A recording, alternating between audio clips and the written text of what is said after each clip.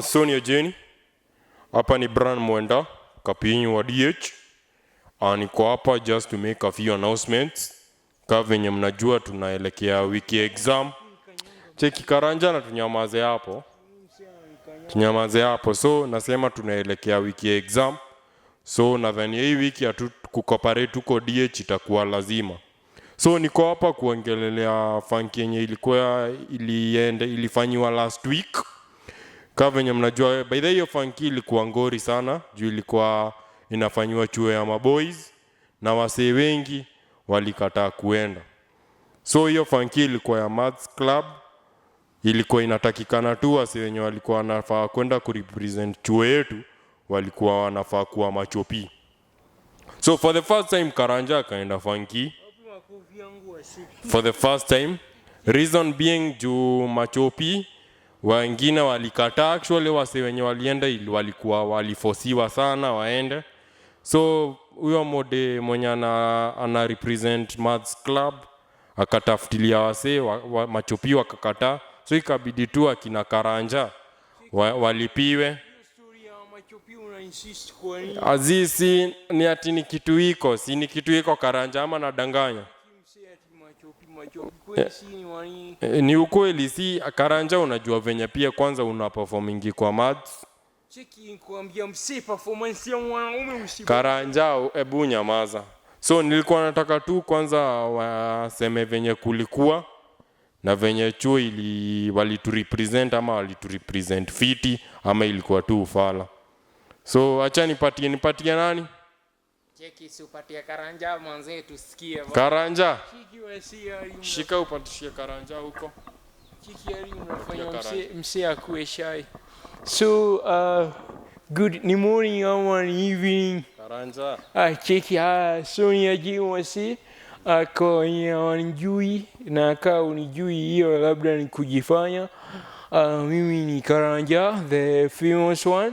Who among many bright students went to represent our mighty school in unajua tu ni uongo. Cheki si utulie siniwe nipewa mic na wasi wamesema wanataka kunisikiza. So we left the institution at around 5 in the morning. So we had to wake up very early. 4 tulikuwa tushaamka tukaendea maji for the first time. Chuo nilioga na maji moto, nikapewa kahawa asubuhi. So ndio niende nipige hizo mahesabu coffee unacheki. So ni sawa. So tukaenda tukafanya mahesabu hivi. So mi model ni pea very complicated ama the backbone of mathematics, which is BODMAS.